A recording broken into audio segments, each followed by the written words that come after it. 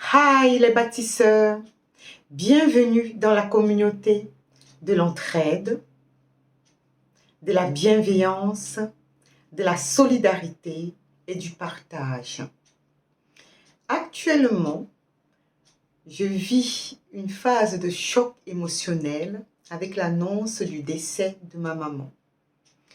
Et pour pouvoir faire ce cheminement avancé, je fais la lecture de la clé de votre énergie de Natasha Calestrémé. Grâce à ces 22 protocoles pour vous libérer émotionnellement, cela me permet de rebondir de cette situation difficile. Je fais appel à tous les bâtisseurs, ceux qui sont au chômage, ceux qui ont vécu des étapes traumatisantes, un exemple, un divorce, un deuil, des accidents, la perte d'un être cher, sont des chocs émotionnels et vous avez besoin de vous reconstruire afin d'aller de l'avant. Nous allons commencer la deuxième partie à vos pouvoirs de Natasha Calestrémé. Nous commençons le chapitre 9, votre reset énergétique.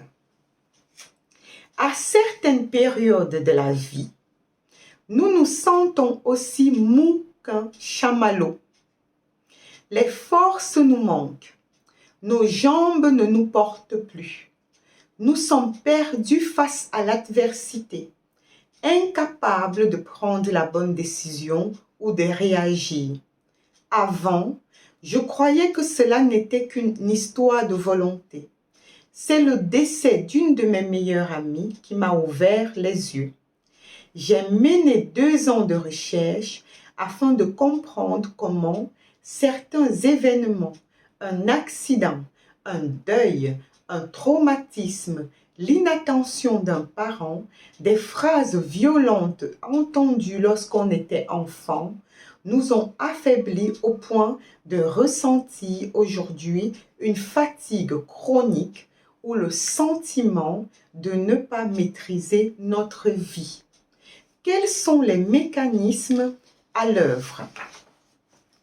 Retrouvez votre énergie. Il fallait commencer par comprendre l'explication de cette difficulté à réagir. Pour ce faire, je suis allée chercher des réponses dans des manuels de psychiatrie, de psychologie, mais également auprès des énergéticiens. Je me suis ainsi rendu compte que le corps médical et les médecines parallèles tenaient le même discours, mais avec des termes différents. Tant de similitudes, c'était stupéfiant. Par exemple, j'ai compris que lorsqu'on est gravement blessé, le corps nous protège naturellement. Il produit des endorphines, des hormones qui réduisent notre souffrance et qui évitent ainsi l'arrêt du cœur face à trop de douleur. Lors d'un événement difficile, déménagement durant l'enfance, arrivée d'un petit frère ou sœur, perte d'un animal de compagnie, grave dispute, menaces, révélations, absence d'un parent vécu comme un abandon, deuil, accident, peur, harcèlement, humiliation répétée, viol, faillite, divorce. Notre corps réagit de la même manière. Il nous protège. Comment? Lorsque la souffrance est trop difficile à supporter pour notre mental, une partie de ce mental s'échappe pour nous éviter de sombrer dans la folie. En termes cliniques, on appelle cela une sidération. Nous sommes incapables de réagir. une dissociation. Nous avons l'impression de ne plus habiter notre corps. Nous observons la situation comme si nous étions étrangers à nous-mêmes. Pardon. Ces deux processus psychiques expliquent notamment les pertes de mémoire ou les phénomènes de déni observés chez les sujets ayant vécu des épreuves importantes. Pour résumer, les psychiatres parlent de fuite mentale, tandis que les énergéticiens évoquent une perte d'âme. Deux termes différents, mais une même symbolique. L'âme est un mot, excusez-moi, l'âme est un mot capital. Sortons des préceptes religieux et considérons l'âme comme le support de notre façon de penser, de notre confiance en soi et surtout le point de convergence de nos énergies. Or, l'événement dévastateur que l'on vient de vivre nous a subitement privés de tout cela. Nous avons perdu confiance en la vie, nous nous sentons vidés de l'intérieur et une partie de notre énergie s'échappe désormais à la suite du choc. Notre corps étant constitué de 99 fois plus d'énergie et d'information que de matière, il est aisé de concevoir qu'une partie de ce qui nous compose soit affectée par ces épreuves. Une faille s'est créée en nous, par laquelle s'échappe notre énergie vitale. Depuis, notre corps tente de réagir et de se reconnecter à sa partie manquante. Vous comprenez alors pourquoi vous avez parfois le sentiment de vous épuiser et de ne pas avancer dans votre vie comme vous le souhaitez. La bonne nouvelle est qu'il existe des solutions pour refermer notre blessure et récupérer cette énergie perdue. Qu'avez-vous ressenti à la lecture de ces lignes? Un trouble vous a-t-il submergé? Des larmes ont-elles coulé sur vos joues? Vous venez de prendre conscience que vous êtes perdu face à l'attitude incompréhensible d'une personne. Alors, il est probable qu'une partie de votre âme se soit un jour éloignée de vous pour vous préserver d'une trop grande douleur émotionnelle et que tout votre être demande à redevenir entier. Les protocoles qui suivent vont bien au-delà d'une reconstruction. Ils permettent à chacun de maîtriser à nouveau l'ensemble des énergies qui nous composent. Le recouvrement d'âme, ça c'est très important. J'appelle tous les bâtisseurs à faire le recouvrement d'âme. Louane Miège, diplômée en biologie animale, médium et guérisseuse, a conçu un protocole très efficace pour récupérer cette énergie par un processus de recouvrement d'âme. Et je l'en remercie chaleureusement. Je m'en suis inspirée et l'ai complété afin qu'il s'adapte à tous les cas. La convergence de nos énergies se situe de façon naturelle au centre de notre poitrine, au niveau du plexus. Mais depuis le choc, une partie s'est extraite hors du corps et demeure au-dessus de notre tête, sur notre côté gauche. C'est cette énergie délogée que l'on va réintégrer en nous. Mémorisez bien les étapes décrites. Pour ceux qui ont du mal à apprendre par cœur, Lisez les phrases et enregistrez-vous à l'aide d'un smartphone en prenant soin de marquer des pauses entre chaque étape afin de vous laisser le temps de les répéter à voix haute. Nous avons tous vécu des épreuves et à ce titre, je vous recommande de faire le recouvrement d'âme qui suit. Certains protocoles ne fonctionnent pas tant que celui-ci n'est pas traité. Protocole 5. Recouvrement d'âme après un choc. Créez un espace sacré. Mettez-vous au calme. Allumez de l'encens ou une bougie. Asseyez-vous par terre ou sur une chaise. Puis, prenez conscience que vous allez vivre un moment important. Rappelez-vous, le processus dépend de l'intention que l'on y met.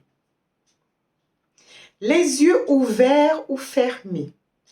Imaginez une lumière blanche d'une grande pureté au-dessus de vous et qui vous entoure.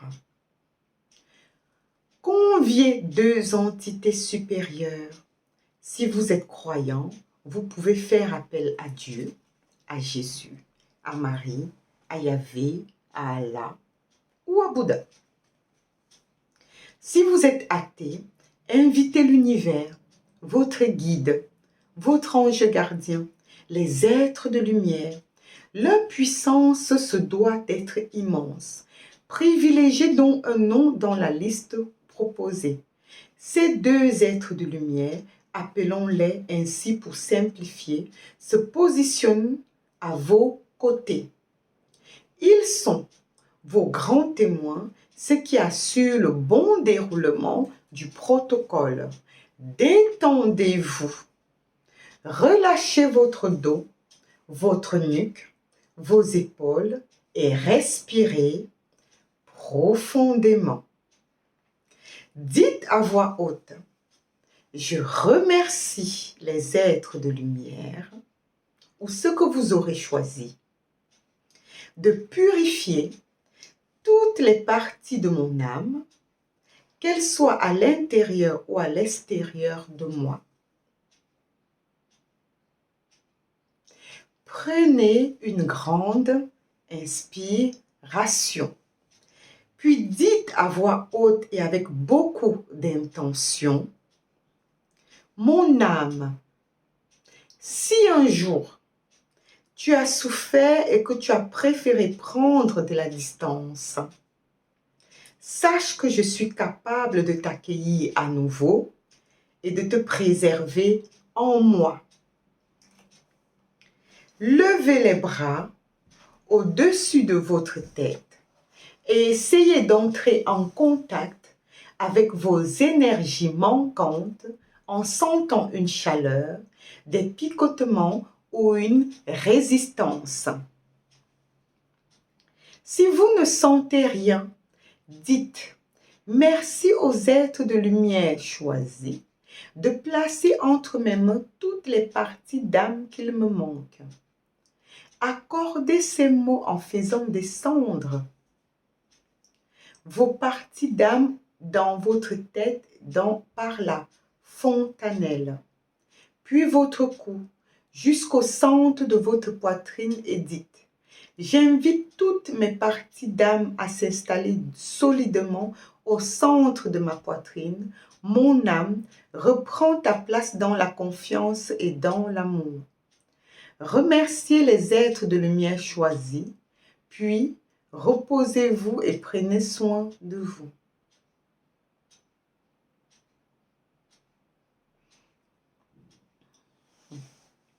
Comme on le voit, se souvenir de toutes les épreuves de notre vie n'est pas nécessaire puisque l'on évoque le jour où on a souffert. Le psychothérapeute Jacques Roch m'a fait remarquer qu'une variante de ce protocole est utilisée en psychothérapie sous l'appellation de flux lumineux.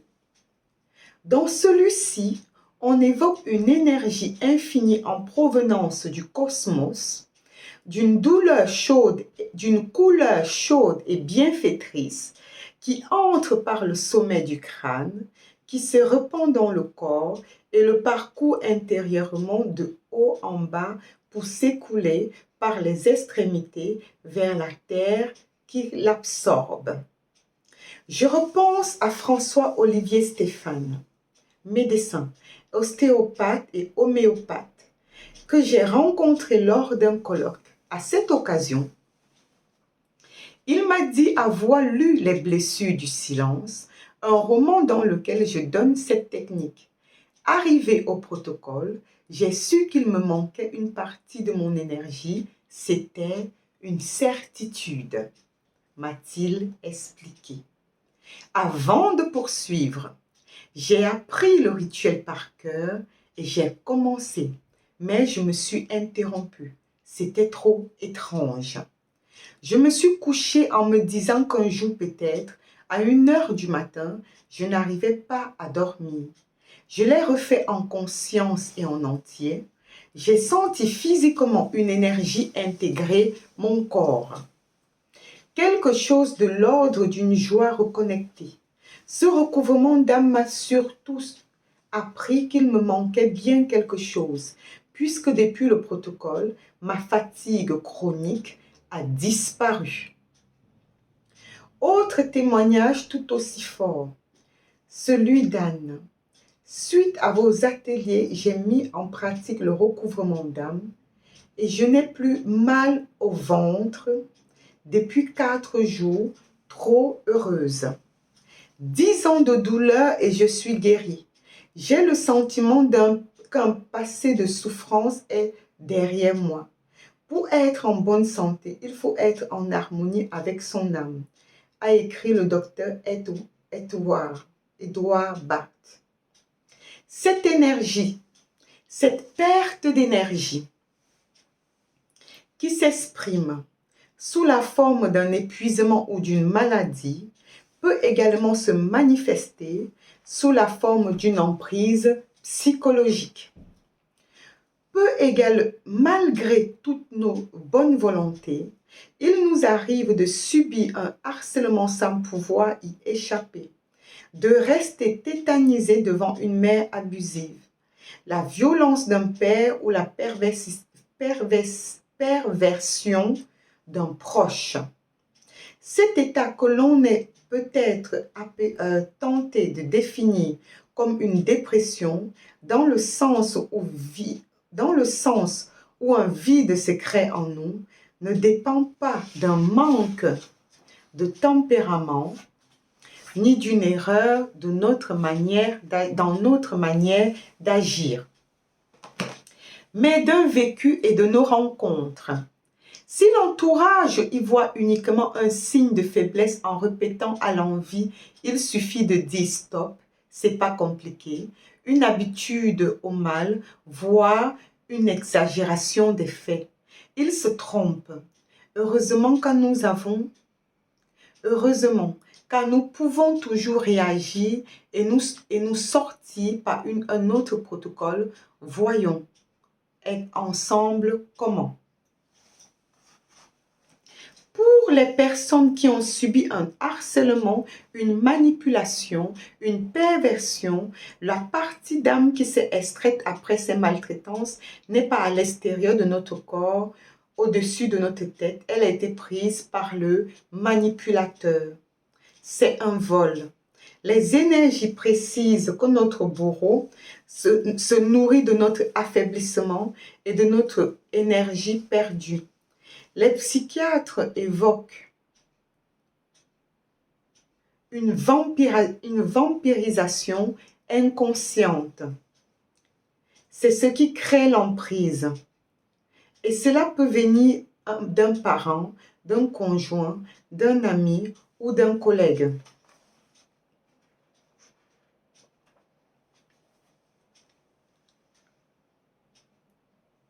Si cette violence morale ou physique est provoquée de manière répétée, cela signifie qu'il y a volonté de nuire.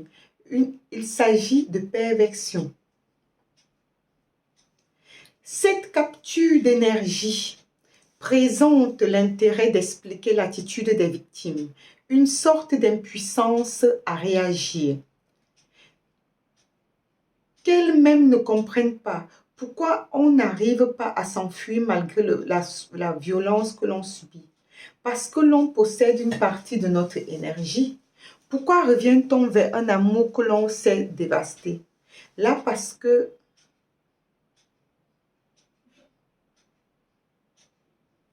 là encore, parce que l'autre a une partie de notre énergie. Ce n'est pas le bourreau que l'on ne parvient pas à quitter, c'est notre propre part de lumière. On ne peut pas s'abandonner soi-même. Nombreux sont ceux qui m'ont raconté ne pas comprendre pourquoi ils pensent encore à l'autre 15 ans après l'avoir perdu de vue. Il ne s'agit pas d'amour ni de dépendance affective. Nous sommes liés à l'autre parce que celui-ci possède une part de nous. Cette perte d'âme s'opère également pour ceux qui ont subi la maltraitance d'un parent. Ils ne peuvent pas s'éloigner d'une partie de leur âme confisquée par leur père ou leur mère. Il y a vol d'énergie lorsque l'autre a une emprise sur vous. Heureusement, on peut récupérer cette énergie perdue et ainsi se défaire de cette domination malsaine. Une croyance très répandue consiste à penser qu'une simple prise de conscience, accompagnée de techniques pour remonter vers le ciel, à remonter l'estime pour remonter le ciel, suffit à sortir de l'emprise ou du harcèlement. C'est faux dans la plupart des cas à cause du lavage du cerveau que l'on a subi. Ce que l'on appelle les injections paradoxales. L'autre nous a déstabilisés en profondeur en camouflant notamment des reproches derrière des compliments. Elle est jolie cette robe, dommage que tu n'aies pas de poitrine. Ou en soufflant le chaud et le froid en permanence. Bouge-toi, qu'est-ce que tu es molle? Et puis repose-toi, tu verrais ta tête. Que les centaines de victimes que j'ai rencontrées, le processus d'emprise a commencé à se briser dès qu'elles ont compris que l'autre leur avait volé une partie de leur énergie. Nous continuons avec la clé de Natacha Calestrémé, la clé de votre énergie, nos 22 protocoles. Je vous appelle à travailler massivement le recouvrement d'âme après un choc. Qui que vous soyez, tous nous avons déjà vécu un choc. Un choc, c'est un accident, une mauvaise nouvelle, une maladie grave, un deuil, un divorce.